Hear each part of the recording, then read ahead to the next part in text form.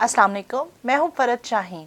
आज हम आपकी खिदमत में हाजिर हुए हैं एक टॉपिक लेकर जो है ख़वातीन के हरासमेंट से मुतल्लिक। कहने को तो ये एक आम सा मसला है, एक छोटा सा लफ्ज़ है जो सुन के दरगुजर कर दिया जाता है, लेकिन इसके पीछे कई कहानियाँ छुपी हैं। बहुत सारी ख़वातीन इस दुख से गुज़र चुकी हैं, बहुत सारी ख़वातीन की ज़िंदगियाँ बर्बाद हो गई हैं सिर्फ़ इस एक लफ्ज़ से, हरासमेंट। हरासमेंट की बहुत सारी इकसाम हैं, कुछ पे हम आज बात करेंगे।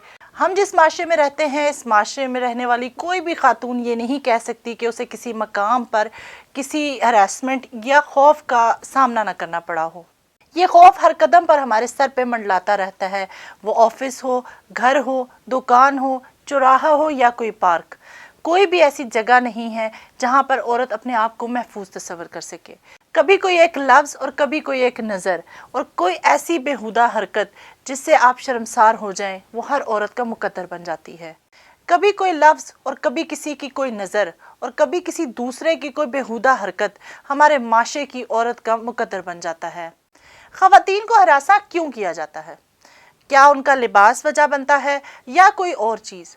आज हमारा जो टॉपिक है और हमारा जो सवाल है या हम जिस बात पे रोशनी डालेंगे वो ये है कि आखिर ऐसा होता क्यों है। बहुत सारी जगहों पर ख़वातीन को मशवरों से नवाजा जाता है कि जी जब आप बाहर जाती हैं आप बुर्का करें, आप पर्दा चादर करें। बहुत अच्छी बात है, बिल्कुल करनी चाहिए, लेकिन जिन औरतों ने अबाया पहना है, बुर्का किया है, उनको हरासमेंट का सामना नहीं करना पड़ता। और अगर सिर्फ लिबास ही इस चीज़ की वजह बनती है तो ये जो पर्दादार ख़वातीन के साथ जो एक गांव में रहती हैं, जो घरों के अंदर रहती हैं, उनके साथ क्यों ये हरासमेंट का वाक़या पेश आ जाता है?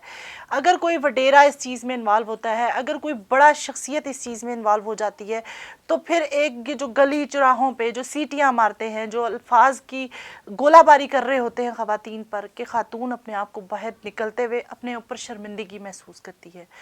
ये कौन लोग हैं या ये कौन इस चीज़ के ज़िम्मेदार हैं? अब सवाल ये पैदा होता है कि जो अवामी मकामात हैं वो क्या ख़वातीन के लिए ममनूआ जगह हैं या उनको बाहर निकलने के लिए 100 बार सोचना पड़ता है? अगर बेहयाई सिर्फ लिबास से फैलती है तो एक बच्ची जो 1.5 साल बच्ची है उसका रेप क्यों किया जाता है या उस बच्ची को हरासमेंट का सामना क्यों है? एक छोटी बच्ची को हम अपने बाहर गली मोहल्ले में नहीं भेज सकते। इसके अलावा अगर मॉडर्निज़म इस चीज़ की वजह बनती है, क्योंकि अक्सर ये बहस और बहुत सारी जगह पे ये डायलॉग है कि ख़वातीन जो मॉडर्निज़म है इसकी वजह से बेहयाई और ये हरासमेंट के वाक़यात पेश आ रहे हैं। तो एक घरेलू मुलाजमा जो एक घर में काम करती है, जिसका लिबास भी मुकम्मल होता है और मॉडर्न भी नहीं होती, तो उसका रेप क्यों किया जाता है? तो सवाल ये पैदा होता है कि किसी भी अवामी जगह पर एक औरत अपने आप को आज़ाद क्यों नहीं महसूस कर सकती? औरतों को हरासा करने के मुख्तलिफ तरीके हैं और मुख्तलिफ जगह हैं। अगर आप चौक चौराहों में या बाज़ारों में चले जाएं तो उनको गंदी नज़र से घूरा जाता है या देखा जाता है। ये देखने के बावजूद कि वो औरत गुस्से में है या उसको नहीं पसंद आ रहा, लेकिन बाकायदा उसको घूरा जाता है। इसके अलावा अगर आप किसी बाज़ार में चले जाएंगे तो आपको बहुत बुरे तरीके से टच किया जाता है कि आप मतलब ना किसी को बता सकती हैं और ना कह सकती हैं। इसके अलावा अगर हम दफातर में चले जाएं, वहाँ पर भी यही हालात सूरत हाल का सामना है ख़वातीन को। और भी बहुत सारी जगह हैं। स्कूल्स में चले जाएं आप, क्लास टीचर्स हैं, स्कूल टीचर्स हैं।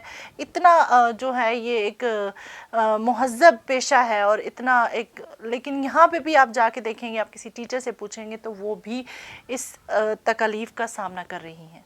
अब सवाल ये पैदा होता है कि क्या इस पर कोई कानून है?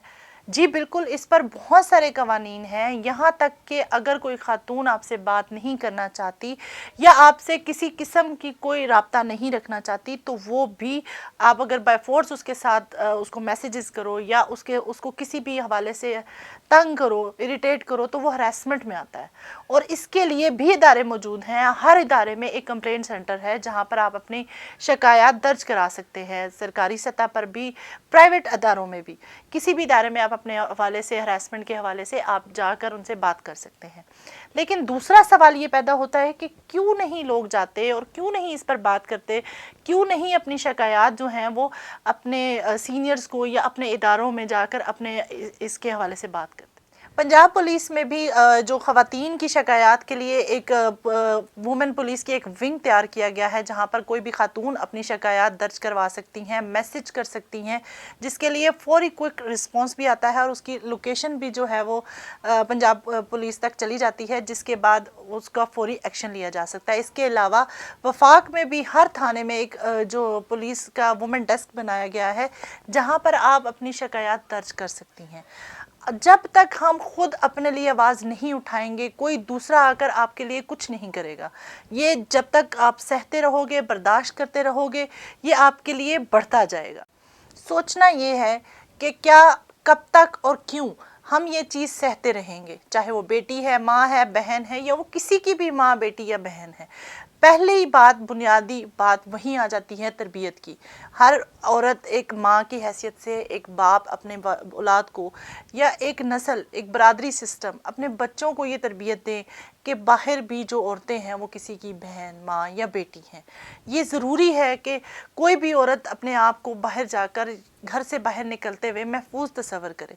इसके लिए सबसे ज़्यादा ज़रूरत तरबियत का फुकदान है। इस तरबियत को जो है वो अपने बच्चों के अंदर ढालने की सख्त ज़रूरत है, ताकि ये माशरती जो एक दबाव है और औरत जो एक आज़ादी में भी एक कैद महसूस करती है, उसको ख़त्म किया जा सके।